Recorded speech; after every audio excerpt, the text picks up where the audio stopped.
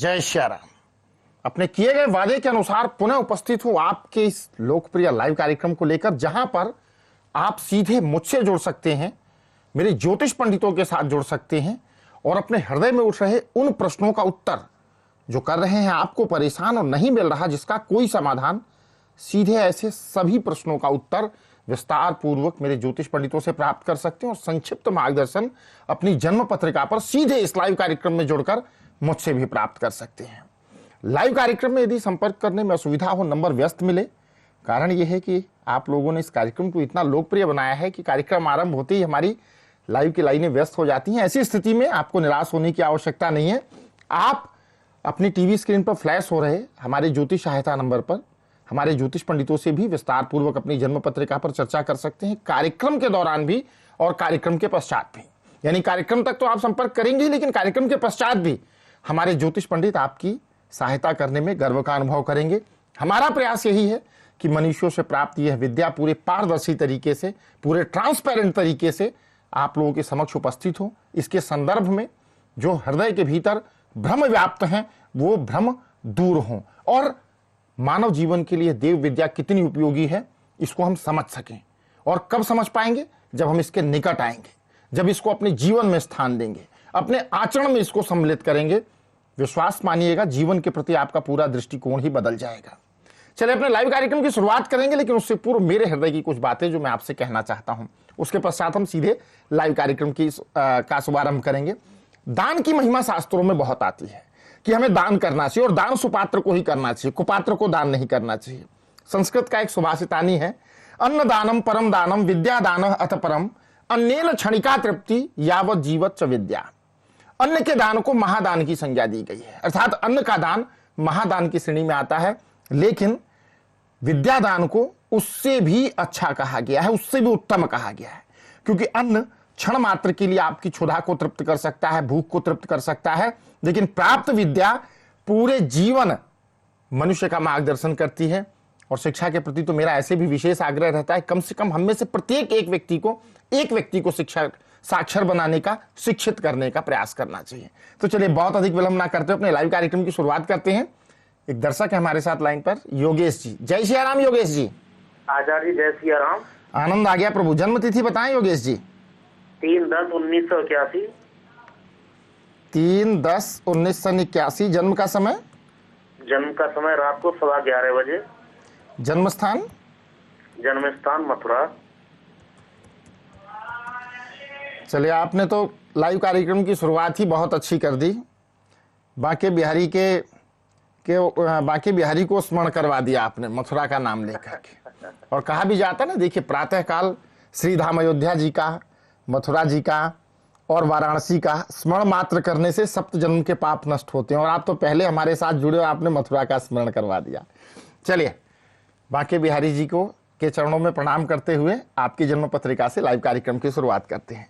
मिथुन लग्न की जन्म पत्रिका, वृश्चिक राशि, लग्न के स्वामी बुध, राशि के स्वामी मंगल बनते हैं। आपका जन्म अश्विन मास शुक्ल पक्ष षष्ठी तिथि शनिवार के दिन ज्येष्ठा नक्षत्र का जन्म है।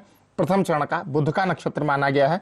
वर्तमान समय में शुक्र की महादशा में गुरु की अंतर्दशा। देखिए ये जो स्थिति चलती है ना, जब हमारे जीवन में शुक्र में गुरु, गुरु में शुक्र का आरंभ होता है ना, तो कई बार हमारे जीवन में बहुत सारी समस्याएं हमें दुखी करती हैं, अनावश्यक व्यर्थ के वाद विवाद हमें परेशान करते हैं। प्रश्न करें, क्या जानकारी चाहते हैं? आचार्य मेरी आर्थिक और मानसिक परेशानी बहुत है मुझको। देखिए वो तो मैंने आपसे आरंभ में ही कहा, और कहीं ना कहीं ये समय जो है ना, जून 2013 के पश्चात ही आपको व्यथित कर रहा है, आपको परेशान कर रहा है, लेकिन परेशान होने की आवश्यकता नहीं। सर्वप्रथम मैं आपको एक बात जिससे मैं आपको आश्वस्त करना चाहूंगा, जन्म पत्रिका आपकी बहुत अच्छी है। एक जरूर मैं जानकारी चाहूंगा, पिता के साथ आपके संबंध कैसे हैं? पिता के साथ मेरे आचार्य अच्छे हैं, अच्छे हैं तो संबंध। डिफरेंस इन ओपिनियन तो नहीं रहता, मतलब नहीं। विचारों में थोड़ा सा मतभेद की स्थिति होना? नहीं है। चलिए जन्म पत्रिका में इस प्रकार के संकेत प्राप्त होते हैं, लेकिन कहते हैं ना कि जब किसी ग्रह की स्थिति जन्म कुंडली और नमांश कुंडली में भी एक जैसी हो जाए ना, तो वर्गोत्तम स्थिति हो जाती है। तो कहीं ना कहीं वो स्थिति है, शायद इस वजह से हम कह सकते हैं। वरना ऐसी स्थितियों में प्राय मैं ये नहीं कहता, देखिए पिता तो पिता है, पिता का सम्मान तो हमें सदैव करना चाहिए, लेकिन इस प्रकार की स्थितियां बनती तो कई बार पिता पुत्र के मध्य वैचारिक मतभेद की स्थिति होती है। आपके लिए समय जून 2013 से फरवरी 2016 तक एक ऐसा समय है जो निसंदेह मानसिक रूप से भी परेशान करेगा, आर्थिक रूप से भी परेशान करेगा। इस समय में क्या आवश्यकता होती है, क्या सावधानी रखनी होती है? देखिए, ज्योतिष हमें यह बताता है कि कब हमारा समय अच्छा है, कब हमारा समय हमारे लिए ठीक नहीं, यानी कब अनुकूल है, कब प्रतिकूल है। अनुकूल समय में अधिकतम लाभ प्राप्त करने का प्रयास करना चाहिए, प्रतिकूल समय में हमें उस तरीके का एक प्रिकॉशन लेकर चलना चाहिए जिससे कि हम बहुत ज्यादा विवादों में ना उलझें। तो ये समय आगे फरवरी 2016 जरूर थोड़ा सा ऐसा है जिसमें आपको थोड़ा परेशानियों का सामना करना पड़ेगा, लेकिन भयभीत होने की आवश्यकता नहीं। सर्वप्रथम तो ये मस्तिष्क से निकाल दीजिए कि आपके लिए दशा अच्छी नहीं है। बहुत अच्छी महादशा मिली है, पंचमेश की महादशा मिली है। अपना कर्म जैसा करेंगे उसी हिसाब से प्रारब्ध का निर्माण होगा। करना क्या चाहिए आपको जिससे कि ये जो मानसिक परेशानियां हैं, आर्थिक परेशानियां, वो कम हो सकें? एक, भगवान शिव की नियमित आराधना किया करें। दूसरा, यदि मांसाहार का प्रयोग करते हैं या किसी प्रकार के नशे की लत के शिकार हैं तो उससे दूर होने का प्रयत्न करें। प्रातःकाल उठकर माता पिता गुरुजनों का चरण छूकर आशीर्वाद लिया करें। देखिए, कार्यक्रम आरंभ होने से पहले भी चैनल पर यही बताया जा रहा था कि हमें प्रातःकाल उठकर प्रणाम करने के क्या लाभ है, और शास्त्रों में तो प्रातःकाल की महिमा का बहुत विशद वर्णन मिलता है। तो हमें प्रातःकाल उठकर के धरती माँ को भी प्रणाम करना चाहिए, करावलोकन करना चाहिए, और माता पिता गुरुजनों का भी चरण छूकर आशीर्वाद लें, और साथ ही एक 6 मुखी, एक 5 मुखी रुद्राक्ष पहने। लेकिन ये रुद्राक्ष कैसे पहने, किस प्रकार पहने, क्या सावधानियां रखें? मैं रुद्राक्ष आप लोगों को क्यों बताता हूं? क्योंकि ग्रहों के प्रभाव को नियंत्रित करने में बहुत महत्वपूर्ण परिणाम देखे हैं मैंने रुद्राक्ष के। लेकिन उसको जब हम पूरे शास्त्रोक्त विधि अनुसार धारण करें और साथ ही धारण करने के संदर्भ में जो नियम है उनका पालन करें। अब ये नियम क्या है और किस प्रकार धारण करें, इसकी पूरी विस्तार पूर्वक चर्चा आप मेरे ज्योतिष पंडितों से कर सकते हैं, क्योंकि लाइव कार्यक्रम में समय सीमित होता है और लाइव कार्यक्रम में जन्म पत्रिका का प्रथम दृष्टया अध्ययन ही संभव है। तो आप आपके टीवी स्क्रीन पर हमारा ज्योतिष सहायता नंबर भी फ्लैश हो रहा है, साथ ही हमारा अपॉइंटमेंट का नंबर भी फ्लैश हो रहा है। आप कार्यक्रम के पश्चात भी इन नंबरों पर विस्तार पूर्वक मेरे ज्योतिष पंडितों से अपनी जन्म पत्रिका पर चर्चा कर अपने अनुकूल और प्रतिकूल समय को जान सकते हैं, और साथ ही जान सकते हैं वो अचूक उपाय जो जीवन में आ रहे असंतुलन को दूर कर सुखी और सुखमय जीवन की ओर आपको अग्रसर करेंगे। क्योंकि मेरा और मेरे ज्योतिष पंडितों का यही प्रयास है कि हम ज्योतिष को पूरे पारदर्शी तरीके से आप लोगों के समक्ष रख सकें। जय श्री राम। योगेश जी हैं हमारे साथ। जय श्री राम। जय श्री राम। क्या चलिए योगेश जी, लगता है आपसे संपर्क तो टूट गया, लेकिन पंकज जी हमारे साथ जुड़ चुके हैं। पंकज जी, जय श्री राम। जय श्री राम। जन्म तिथि बताएं पंकज जी। 28/4/1982। 28/4/1982। जन्म का समय बता दीजिए। शाम 7:10। जन्म स्थान बेगूसराय, बिहार। जी, आपकी जन्म पत्रिका तैयार हो रही है, आप लाइन पर बने रहें। बुधवार के दिन आपका जन्म हुआ है और आपसे प्राप्त विवरण के अनुसार तुला लग्न मिथुन राशि की जन्म पत्रिका। लग्न के स्वामी शुक्र और राशि के स्वामी बनते हैं बुध। जन्म हुआ है वैशाख मास शुक्ल पक्ष षष्ठी तिथि बुधवार के दिन। आद्रा नक्षत्र का जन्म है, चौथे चरण का, राहु का नक्षत्र है। ये जन्म पत्रिका के विवरण आप लोगों को इसलिए देता हूं ताकि सर्वप्रथम तो संदेह हृदय से दूर हो जाना चाहिए कि साहब हमारी जन्म पत्रिका बनी भी है कि नहीं। बहुत सा ऐसा भी देखा है मैंने, आप प्रश्न करते उत्तर देते, लेकिन इस कार्यक्रम में ऐसा नहीं होगा। नाम है ज्योतिष ज्ञान गंगा, एक कदम सुख की ओर। गंगा सबसे पवित्र गंगा को ही माना गया है ना, और हमारा भी प्रयास यही कि कार्यक्रम पूरे गंगा की तरह से स्वच्छ और निर्मल होकर के आपके जीवन में आए। और आज गंगा जयंती का पर्व भी है, तो माँ गंगा की कृपा हमारे देशवासियों पर भी बनी रहे। और कलयुग में कहा भी गया है ना, प्रधान तीर्थ गंगा है। सभी प्रकार के कलमल को, यानी कलयुग के मल को, दोष को दूर करने में समर्थ है माँ गंगा में स्नान करना। हृदय को स्वच्छ करता है और आधुनिक विज्ञान भी स्वीकार करता है गंगा जल की उत्तमता को। और इस मंच के माध्यम से मेरा तो यही प्रयास है हमारे देश की सरकार से, हमारे देश के नागरिकों से, कि गंगा को स्वच्छ रखें, निर्मल रखें। आपकी जन्म पत्रिका के अनुसार शनि की महादशा, राहु की अंतर्दशा चल रही है वर्तमान समय में, और मेन कंसंट्रेशन कार्य क्षेत्र को लेकर होना चाहिए आपका। प्रश्न करें, क्या जानकारी चाहते हैं? सर मेरी तबीयत खराब रहती है हमेशा। तबीयत खराब रहती है जी। एक थोड़ा सा प्रश्न आपसे जानना चाहूंगा, आप करते क्या है? सर मैं फील्ड जॉब है, कंपनी में इंजीनियर का काम करता हूँ, मशीनें ठीक करता हूँ। क्या इस स्वास्थ्य के वजह से करियर भी प्रभावित हो रहा है कहीं ना कहीं? हाँ, थोड़ा बहुत हो जाता है। देखिए, एक संकेत जो मिल रहा है आपकी जन्म पत्रिका में ना, शनि में राहु का अंतर चल रहा है और राहु की स्थिति जन्म पत्रिका में इस प्रकार से जो हमारे जीवन में कई प्रकार आपने देखा भी होगा ना कि अचानक ही आप हीरो बनते हैं और अचानक ही वो सारी क्रेडिबिलिटी खत्म हो जाती है जीवन से। लेकिन ये समय स्वास्थ्य संबंधी, तो मैं कहूंगा कि स्वास्थ्य को लेकर बहुत अधिक व्यथित होने की आवश्यकता नहीं, उचित वैद्यकीय उपचार लेने की आवश्यकता है। अब जन्म पत्रिका जो संकेत कर रही है उस विषय पर आते हैं, क्योंकि देखिए ये देव विद्या ना हमें संकेत करती है कि किस समय पर हमें किस दिशा की ओर अपना कंसंट्रेशन डाइवर्ट करना चाहिए। आपकी जन्म पत्रिका में अप्रैल 2015 के पश्चात जो स्थितियां निर्मित हुई हैं, आने वाला एक वर्ष आपके लिए कार्य क्षेत्र को लेकर बहुत ही महत्वपूर्ण है। मित्र, मन के हारे हार है और मन के जीते जीत। 80% बीमारियां ना हमारी मानसिक होती हैं। एक तो मैं ये नहीं कहता कि मानसिक समझ करके आप उसका वैद्यकीय उपचार ना करें, केवल मन को ही मजबूत करते रहें। आप उचित वैद्यकीय परामर्श लें, अच्छा चिकित्सा सुविधा का लाभ उठाएं और स्वास्थ्य लाभ तो प्राप्त करें ही, साथ ही कार्य क्षेत्र की ओर विशेष रूप से कंसंट्रेशन देने की आवश्यकता है, ताकि यह यहां पर जो एक टाइम चला है ये आपके जीवन की दिशा और दशा दोनों को बदलने की सामर्थ्य रखता है। और मुझे बड़ा हृदय में पीड़ा होती है कि जब हम अपने अनुकूल समय को गंवा देते हैं। तो वैद्यकीय उपचार जरूर लें। हालांकि ज्योतिष में भी मेडिकल एस्ट्रोलॉजी एक सब्जेक्ट जरूर है, जहां पर हम रोगों का कारण समझ सकते हैं, उस रोग की फ्रीक्वेंसी कितने समय तक रहेगी वो भी समझ सकते हैं। कभी समय मिलेगा तो उसको भी हम कार्यक्रम में जरूर सम्मिलित करेंगे। आपको क्या करना चाहिए ताकि इस समय का समुचित लाभ उठा सके, और जो बताने जा रहा हूं उससे स्वास्थ्य में भी लाभ होगा। आपको एक 7 मुखी 8 मुखी रुद्राक्ष पहनना चाहिए और प्रतिदिन यदि संभव हो सके आपको तो नीलकंठ स्तोत्र का पाठ किया करें। आप देखेंगे आश्चर्यजनक लाभ मिलेगा। और साथ में ये जो उपाय बताया ना, ये आपके करियर के लिए आ रहे जो भी नेगेटिव इन्फ्लुएंस है, कहीं ना कहीं देखिए करियर के लिए समय अच्छा है, पर आपके मस्तिष्क में स्वास्थ्य संबंधी समस्याएं घूम रही हैं। तो जब समय सकारात्मक होगा ना, तो आप जीवन में अपने पथ पर अपने लक्ष्य की ओर अग्रसर होंगे। और मेरा यही प्रयास है कि इस देव विद्या के माध्यम से हम जीवन में अपने लक्ष्य को प्राप्त करें, क्योंकि यह मानव जीवन जो है 84 लाख योनियों को भोगने के पश्चात मिलता है, और ये व्यर्थ चला जाए तो इससे बड़ा दुर्भाग्य कुछ नहीं हो सकता। और इसका अर्थ केवल अर्थ प्राप्त करना ही नहीं है या धन प्राप्त करना ही नहीं है। इसका वास्तविक उद्देश्य है, बाबा गोस्वामी तुलसीदास जी ने लिखा ना, ईश्वर अंश जीव अविनाशी। मेरे सरकार ने श्रीमद् भगवत गीता में भी कहा है ना, आत्मा अजर है, अमर है, सनातन है। तो इस अंश का वास्तविक उद्देश्य अपने उस अंश से जाकर मिलना है। लेकिन वो कार्य हम जब पूरी तरह से स्वस्थ हों, हमारी मनोवृत्ति अच्छी हो, हम सकारात्मक सोच रखते हों, जीवन के चारों पुरुषार्थ को प्राप्त करने के लिए प्रयत्नशील हों और निराशा से, नकारात्मक मानसिकता से मुक्त हों, तभी संभव है। तो आप जो मैंने आपको बताया है, एक 7 मुखी 8 मुखी रुद्राक्ष पहने, कैसे पहने, किस प्रकार पहने, पूरी जानकारी आप मेरे ज्योतिष पंडितों से विस्तार पूर्वक चर्चा करें। विश्वास माने, प्राप्त मार्गदर्शन व्यर्थ नहीं जाएगा। जय श्री राम। आशीष जी जुड़ चुके हैं हमारे साथ। जय श्री राम। प्रणाम आचार्य जी, मैं आशीष बोल रहा हूँ गोरखपुर से।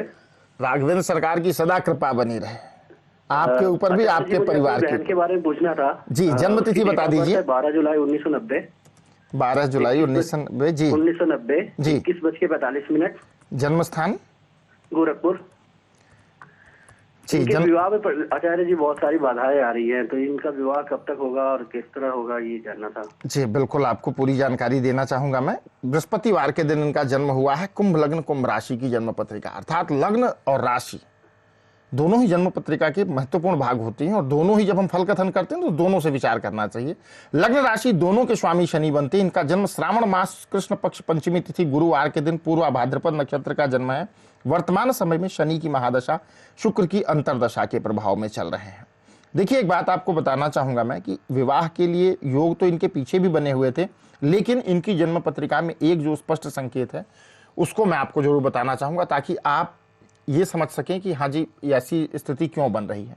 होता है कई बार हमारे जीवन में ना, हम और विशेष करके जिस क्षेत्र से आप संबंध रखते हैं, गोरखपुर यानी पूर्वी उत्तर प्रदेश और पूर्वांचल का जो भी इलाका है हमारे देश में, यहाँ पर प्रायः विवाह थोड़ा सा जल्दी आयु में ही होते हैं। अक्सर कर ये जो एज है, इस एज तक प्रायः ऐसा होता है कि चाहे लड़का हो या लड़की हो, उसका विवाह हो ही जाता है। लेकिन देश काल पात्र के अनुसार ना परिस्थितियां बदलती रहती हैं। अभी इस जन्म पत्रिका में जो संकेत मिल रहा है वह संकेत स्पष्ट रूप से इस बात का है कि इनका विवाह विलंब से होना ही चाहिए। और जब हम प्रकृति के विरुद्ध आचरण करते हैं तो कहीं ना कहीं उसका हमें परिणाम भुगतना पड़ता है। इनकी जन्म पत्रिका में यदि आप ध्यान से देखेंगे, आपके पास इनकी जन्म पत्रिका होगी तो पंचम और एकादश भाव में जो ग्रह स्थितियां बनी हुई हैं वह इस बात की ओर स्पष्ट संकेत करती हैं ऐसी स्थिति में कई बार विवाह ना 27 वर्ष की आयु के पश्चात होता है। लेकिन मैं ये नहीं कहता कि आप केवल प्रारब्ध के भरोसे बैठे रहे। प्रारब्ध तो मनुष्य बदल सकता है अपने सत्कर्मों से। कर्म विपाक संहिता एक ग्रंथ है जिसमें मूलतः माता पार्वती और भगवान शिव के भीतर आपसी संवाद होता है, जहां पर भगवान शिव मां पार्वती से कहते हैं कि प्रत्येक व्यक्ति, प्रत्येक जीव अपने अपने प्रारब्ध को भोग रहा है।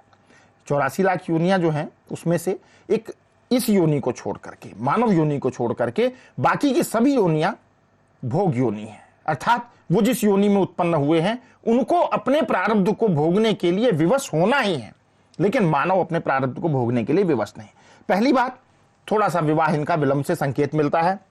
दूसरा, आपने ये कहा कि इनके वैवाहिक जीवन कैसा रहेगा। देखिए, वैवाहिक जीवन इस बात पर निर्भर करता है कि इनके जीवन साथी की जन्म पत्रिका कैसी है। हालांकि ये विषय बहुत ही संवेदनशील होता है और मैं कहता हूं कई बार ना आपसे कि लाइव कार्यक्रम में प्रथम दृष्टया जन्म पत्रिका का अध्ययन संभव है, तो इनकी जन्म पत्रिका में, और अपने सभी दर्शकों को कहना चाहूंगा कि जब भी आप प्रश्न करते हैं विवाह के संदर्भ में, संतान के संदर्भ में, करियर के संदर्भ में, तो सूक्ष्म मार्गदर्शन अवश्य प्राप्त किया करें। सूक्ष्म विश्लेषण जन्म पत्रिका का अवश्य करवाएं।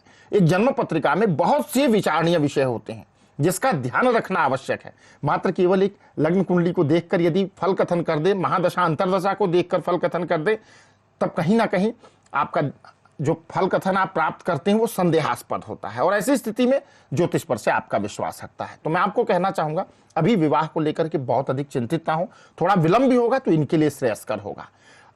एक बात जो मेरा आपसे निवेदन है, आप विस्तार पूर्वक इनकी जन्म पत्रिका पर चर्चा करें। वो चर्चा आप मुझसे भी कर सकते हैं, मेरे ज्योतिष पंडितों से भी कर सकते हैं। हमारा ज्योतिष सहायता नंबर लगातार टीवी स्क्रीन पर फ्लैश हो रहा है। वैवाहिक संबंध बनाने की दिशा में अवरोध किस प्रकार के हैं वो सूक्ष्म अध्ययन कर ज्ञात किया जाए और उसको, उन अवरोधों को दूर करने का प्रयास किया जाए ताकि विवाह के पश्चात भी जीवन सुखमय रहे। तो बहुत से विषय होते हैं आप लोगों से बताने के लिए जो लाइव कार्यक्रम में संभव नहीं हो पाता, तो आप हमारे ज्योतिष पंडितों से विस्तार पूर्वक चर्चा कर सकते हैं। हमारे अपॉइंटमेंट के नंबर पर भी सीधे ज्योतिषीय मार्गदर्शन प्राप्त कर सकते हैं। जय श्री राम। प्रीति जी जुड़ चुके हैं हमारे साथ। जय श्री राम। जय राम महाराज जी। जी जी, मेरा भाई का डेट है 10 जनवरी 1989। जन्म का समय सुबह 8 बजे, अहमदाबाद, गुजरात में। चलिए, जन्म पत्रिका तैयार हो रही है। मंगलवार के दिन आपके भाई का जन्म हुआ है। मकर लगन, मकर राशि की जन्म पत्रिका बनकर आती है आपके भाई की। पौष मास शुक्ल पक्ष तृतीया तिथि मंगलवार के दिन का जन्म है इनका। धनिष्ठा नक्षत्र के प्रथम चरण का जन्म है। मंगल का नक्षत्र है। वर्तमान समय में गुरु की महादशा, जहां शनि की अंतर्दशा चल रही है। देखिए, मकर लगन, मकर राशि की जन्म पत्रिका में प्रायः गुरु की महादशा में हमारे जीवन में हमें थोड़ा सा परिश्रम करना पड़ता है। गुरु वैसे तो नैसर्गिक रूप से शुभ ग्रह है, लेकिन मकर लग्न और मकर राशि में गुरु के जो जिन दो भावों के स्वामी हैं वो भाव दोनों ही कहीं ना कहीं हमारे जीवन में परेशानियां लेकर के आते हैं। और गुरु की महादशा में विशेष करके हमें अपने आचरण को बड़ा ही संतुलित रखना होता है, संयमित रखना होता है। अपनी जीवन शैली को हमें एक व्यवस्थित रूप में रखना होता है ताकि हम अच्छा लाभ प्राप्त कर सकें। करना क्या चाहिए, आपका प्रश्न तो सुनूंगा ही, लेकिन कुछ प्रिकॉशन आपको पहले बता दूं, क्योंकि कहा गया ना, prevention is better than cure. Right. उपचार से बचाव बेहतर है। तो क्या करें ऐसा हम दिन प्रतिदिन की अपनी डे टू डे लाइफ में, जिससे कि जो जुपिटर यानी गुरु की महादशा है इसका नकारात्मक प्रभाव हमारे जीवन पर कम से कम पड़ सके। एक, माता पिता गुरुजनों का चरण छूकर प्रतिदिन आशीर्वाद ग्रहण किया करें। बृहस्पति ग्रह की यदि अनुकूलता प्राप्त करनी है तो यह कार्य आपको अवश्य करना ही पड़ेगा। नहीं करेंगे तो जीवन में परेशानी आएंगी। एक तो माता पिता गुरुजनों का चरण छूकर आशीर्वाद प्राप्त किया करें। मांसाहार मदिरापान का प्रयोग कतई ना करें, इस बात का विशेषकर ध्यान रखें। भगवान शिव की नियमित आराधना किया करें। और इनकी जन्म पत्रिका के अनुसार, पहले प्रश्न पूछ लीजिए फिर बताता हूँ। प्रश्न करें, क्या जानते हैं? हाँ, इनका प्रश्न ये है महाराज जी कि कैरियर में कहीं ग्रोथ नहीं कर पा रहा, बहुत डिप्रेशन में थोड़ा बहुत रह रहा है, क्या करूँ, कहाँ जाऊँ। वो शेयर मार्केट में थोड़ा जुड़ा हुआ था लेकिन उसमें भी वो सफलता नहीं प्राप्त कर रहा, तो वो थोड़ा डिप्रेशन में कि मेरा आगे वाला भविष्य और मैं क्या करूँ, बस कैरियर के लिए ही है। नहीं, देखिए, एक बात तो बहुत स्पष्ट बता दूं, ये बात सत्य है कि महादशा इनके लिए अनुकूल नहीं है, लेकिन कोई भी महादशा चाहे कितनी भी योगकारी हो सदैव शुभ परिणाम नहीं देती, और कोई महादशा कितनी भी प्रतिकूल परिस्थिति वाली हो सदैव अशुभ परिणाम नहीं देती। इनके जीवन पर जो एक समय आरंभ हुआ है 3 मई 2014 से, और विशेष करके ये जनवरी से जो एक समय आरंभ हुआ है, ये समय एक परिवर्तन की ओर स्पष्ट संकेत कर रहा है। और देखिए, ये हम कई बार ना इस चीज को समझ नहीं पाते हैं, और लाइव कार्यक्रम में समय कम होता है, इसलिए मैं इस पर विस्तार पूर्वक चर्चा नहीं कर पाता हूं। मैं एक छोटा सा एग्जाम्पल आपके समक्ष रखता हूं। मानव सदियों से अपने भीतर प्रकृति के अनुसार सामंजस्य बिठा करके आज इस विकसित रूप में पहुंचा है। और उसके विपरीत आपने देखा होगा, डायनासोर बड़े भीमकाय थे, बड़े बलवान थे, लेकिन वो प्रकृति में बदलते हुए परिवेश के अनुसार अपना संतुलन नहीं स्थापित कर सके और नष्ट हो गए। इनकी जन्म पत्रिका में एक परिवर्तन का संकेत है। सर्वप्रथम हमारी मानसिकता सकारात्मक होनी चाहिए। देखिए, प्रत्येक व्यक्ति को विधाता ने कुछ ना कुछ गुण देकर ही भेजा है। हम विधाता को कोसें कि साहब सारी परेशानियां हमारे ही जीवन में डाल रखी हैं, तो सर्वथा ये गलत है। ये तो कृतधनता है उस परमपिता परमेश्वर के प्रति जिसने इस कर्म योनि को दे करके, देवता भी तरसते हैं इस मानव तन को प्राप्त करने के लिए, और हम ऐसे तन को प्राप्त करके अपने जीवन में यदि अपना चारों पुरुषार्थ नहीं अर्जित कर सके, वैसे तो कहा गया कम से कम एक पुरुषार्थ तो अर्जित करना चाहिए, लेकिन धर्म अर्थ काम मोक्ष, इन चारों की आवश्यकता होती है जीवन में। और ये कब मिलेगा? जब तन स्वस्थ होगा, मन स्वस्थ होगा, विचार स्वस्थ होंगे, आचरण स्वस्थ होगा।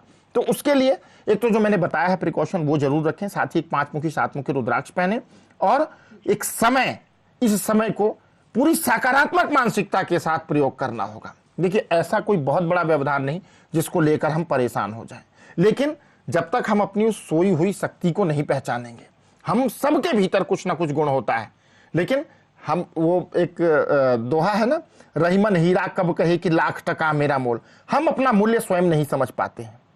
लेकिन इस जन्म पत्रिका के माध्यम से एक बात बहुत स्पष्ट है, निराशा के आवरण को उतार करके फेंक देना है। कर्म क्षेत्र में जो मैंने बताया है, उन सभी बातों को आत्मसात करते हुए कर्म पथ की ओर आगे बढ़ना है। विश्वास मानिएगा, मेरे राघवेंद्र सरकार की कृपा से जीवन में परिवर्तन अवश्य आएगा। जय श्री राम।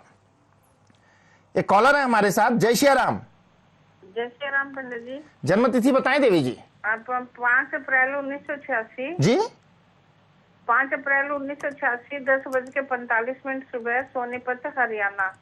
अरे वाह, 10:45 सुबह, सोनीपत हरियाणा जी। चलिए, जन्म पत्रिका तैयार हो रही है। आपने विवरण बड़ी शीघ्रता पूर्वक बोला है, तो एक बार विवरण मैं पुनः आपके सामने दोहराना चाहूंगा, ताकि यदि कहीं गलती हो तो उसको सुधार किया जा सके। 5 अप्रैल 1986 शनिवार के दिन का जन्म है। प्रातःकाल 10:45, जन्म स्थान सोनीपत, राज्य हरियाणा। आपसे प्राप्त विवरण के अनुसार मिथुन लग्न की जन्म पत्रिका, कुंभ राशि। लग्न के स्वामी बुध, राशि के स्वामी शनि बनते हैं। जन्म हुआ है चैत्र मास कृष्ण पक्ष द्वादशी तिथि शनिवार के दिन। धनिष्ठा नक्षत्र का जन्म है, चौथे चरण का, मंगल महाराज का नक्षत्र है। वर्तमान समय में गुरु की महादशा, शुक्र की अंतर्दशा। एक ऐसा समय जो जीवन में कई बार हमें लगता है ना कि हमारे लिए परेशानियां ले आए। मई 2013 से ही एक ऐसा समय आरंभ हुआ है जो हमारे जीवन में परिवर्तन करवाता है। कई बार ये हमारे कार्य क्षेत्र में परिवर्तन कराता है, कई बार निवास स्थान में परिवर्तन कराता है, कई बार जीवन में हमें प्रमोशन मिलती है, और कई बार जब प्रारब्ध विपरीत होता है ना, तो प्रमोशन के बजाय डिमोशन भी मिलता है। प्रश्न करें, क्या जानकारी चाहते हैं? यही पूछ रहे पंडित जी, शादी कब तक होएगी, इसके पास पैसा कब तक होएगा? देखिए, एक बात बता देना चाहूंगा, अभी समय जो इनके लिए जन्म पत्रिका के अनुसार जनवरी 2016 तक का समय है, एक ऐसा समय है जो जीवन की दिशा और दशा बदल पाने में सक्षम है। लेकिन इस समय में विशेष सतर्कता रखनी होती है कि हम अनावश्यक वाद विवाद से अपने आप को दूर रखें। व्यर्थ के वाद विवाद से जितना संभव हो सके उतना हम बचें। माता पिता गुरुजनों का प्रतिदिन आशीर्वाद प्राप्त किया करें। जहां तक बात रही कि इनके जीवन में धन की स्थिति कैसी रहेगी, इनके जीवन में ग्रोथ कैसा होगा, जन्म पत्रिका बहुत अच्छी है।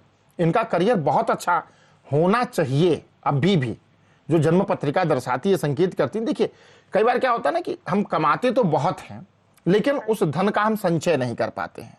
ऐसी भी स्थितियां होती है। और आप लोगों ने देखा होगा अपने व्यक्तिगत जीवन में भी कि साहब, एक व्यक्ति है जो 2 लाख रुपए महीने कमा रहा है लेकिन फिर भी परेशान है। एक व्यक्ति है जो 50,000 रुपए महीने कमा रहा है लेकिन फिर भी वो अपने गृहस्थ जीवन में बड़ा सुखी संपन्न है। ये हमारा प्रारब्ध ही तो है, खेल खिलवाता है। आप कमाते 2 लाख है लेकिन 3 लाख के खर्च आपके सर पर रहते हैं। उतनी ही विधाता आगे जीवन में चुनौतियां देता रहता है। इस देव विद्या के माध्यम से हम अपने उस कमजोर क्षेत्र को पहचान सकते हैं जहां पर हमें मजबूती प्रदान करने की आवश्यकता है। और जब हम इस चीज को जानेंगे ना, अपनी जन्म पत्रिका में कौन से ग्रह ऐसे हैं जो हमारी प्रगति को अवरुद्ध करते हैं या प्रगति के मार्ग में अवरोध उत्पन्न करते हैं, उन ग्रहों की प्रतिकूलता को कम करने के लिए हमें क्या करना चाहिए? जो ग्रह हमारे अनुकूल हैं उनकी अनुकूलता में कैसे वृद्धि करें ताकि जीवन में अधिकतम लाभ प्राप्त कर सके। एक तो इनको विशेष करके ध्यान रखना होगा। देखिए, बहुत स्पष्ट बताना चाहूंगा, बहुत छोटी छोटी चीजें आप लोगों के समक्ष रखता हूं, लेकिन उसको हृदयस्थ करके आचरण में लाना होगा यदि चाहते हैं कि जीवन में परिवर्तन मिले। कारण यह है, हम जानना तो चाहते हैं, और ज्योतिष में तो एक जगह मैंने एक श्लोक पढ़ा था कि जो व्यक्ति जंगल में रहता है, जो व्यक्ति संचय नहीं करता है, किसी प्रकार की धन संपदा का संचय नहीं करता, वह व्यक्ति भी अपने भविष्य को लेकर के जानना चाहता है, भविष्य के प्रति आशावान होना चाहता है। जो व्यक्ति किसी प्रकार का संचय नहीं करता, तो जो हम जब गृहस्थ जीवन में है तो हमें तो भविष्य को जानने की इच्छा हमारे हृदय के भीतर होती है। एक तो इनको माता पिता गुरुजनों का चरण छूकर आशीर्वाद प्राप्त करना चाहिए। प्रतिदिन मांसाहार मदिरापान का प्रयोग करते हो तो बिल्कुल नहीं करना चाहिए, करेंगे तो अनुकूल समय को भी गंवा देंगे। दूसरा, एक 5 मुखी एक 6 मुखी रुद्राक्ष धारण करें। विश्वास माने समय प्रतिकूल नहीं है, समय प्रतिकूल नहीं है, समय अनुकूल है, केवल इसका लाभ उठाने की आवश्यकता है। इस बात का विशेष करके ध्यान रखें। जय श्री राम।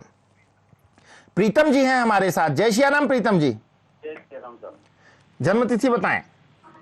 मेरे बच्चे के बारे में पूछना चाह रहा था साहब। जी, जन्म तिथि बता दीजिए। 19/12/86। जन्म का समय 4:05। रात को 12 रात को 4:05। अच्छा, रात को 4:05। जन्म स्थान जन्म स्थान हिंडौन, करौली, राजस्थान। डिस्ट्रिक्ट कौन सा पड़ेगा? करौली। डिस्ट्रिक्ट करौली। हाँ। चलिए, जन्म पत्रिका तैयार हो रही है, आप लाइन पर बने रहें। शुक्रवार के दिन का जन्म है इनका, और प्राप्त विवरण के अनुसार जो जन्म पत्रिका बनकर आती है मेरे समक्ष, आपकी जानकारी के लिए बताना चाहूंगा। तुला लग्न की जन्म पत्रिका है इनकी, कर्क राशि है, लग्न के स्वामी शुक्र, राशि के स्वामी चंद्रमा बनते हैं। पौष मास कृष्ण पक्ष तृतीया तिथि गुरुवार के दिन पुनर्वसु नक्षत्र में जन्म हुआ है, चौथे चरण में, गुरु का नक्षत्र है। वर्तमान समय में बुध की महादशा, चंद्रमा की अंतर्दशा चल रही है। जब भी हमारे जीवन में इस प्रकार की स्थितियां बनती हैं ना, तो अनावश्यक भय हमारे मन को परेशान करता है। व्यर्थ का भय, जिसका कोई अस्तित्व नहीं होता, ऐसा भय हमें प्रयत्न करता है, परेशान करता है। प्रश्न करें, क्या जानकारी चाहते हैं? ये सरकारी नौकरी कर रहा है, मास्टरी जी। अभी ये परिवर्तन करना चाह रहा है, क्या हो जाएगा? कैसा परिवर्तन करना चाहते हैं? सरकारी नौकरी से अच्छी नौकरी। अभी मतलब सरकारी नौकरी किस क्षेत्र में कर रहे हैं? ये मास्टर है। तो इससे बढ़िया क्या हो सकता है? क्यों परिवर्तन करना चाहते हैं? ऊंची कोई नौकरी करना चाह रहा हूँ। देखिए, एक बात बताऊं आपको मैं। हाँ जी। शिक्षक मनुष्य ना पूर्व जन्म के अच्छे कर्मों की वजह से बनता है, और इसी क्षेत्र में और अच्छा प्रयास करें, इसी क्षेत्र में बहुत अच्छा प्रयास करें। ये तो प्रारब्ध की बहुत अनुपम कृपा होती है कि मनुष्य शिक्षक होता है, और मुझे लगता है इनको इसी क्षेत्र में रहना चाहिए, इस क्षेत्र में और प्रगति करनी चाहिए। समय प्रतिकूल नहीं चल रहा है, समय बिल्कुल अनुकूल चल रहा है। करना क्या चाहिए? देखिए, मेरी तो अर्जी है, मर्जी आपकी है, आगे भी जा सकती है। इनकी जन्म पत्रिका वास्तव में बहुत अच्छी जन्म पत्रिका है। अच्छे लाभ प्राप्त करने के लिए 4 मुखी रुद्राक्ष धारण करें और प्रतिदिन विष्णु सहस्त्रनाम का पाठ किया करें, और 1 माला ओम गंग गणपतये नमः मंत्र का जाप किया करें। आश्चर्यजनक परिवर्तन जीवन में मिलेगा। विस्तार पूर्वक चर्चा आप कार्यक्रम के पश्चात भी मेरे ज्योतिष पंडितों से कर सकते हैं, हमारे अपॉइंटमेंट के नंबर पर भी संपर्क कर सकते हैं। जय श्री राम। तो इसी के साथ दर्शकों, हमारा आज का ये सफर यहीं पर समाप्त होता है, लेकिन इस वादे के साथ कि कल इसी समय पर, इसी स्थान पर आपके द्वारा जो ये कार्यक्रम लोकप्रिय बनाया गया है उसको पुनः लेकर उपस्थित होऊंगा। तब तक के लिए मुझे दीजिए विदा, और प्रेम से कहिए जय श्री राम।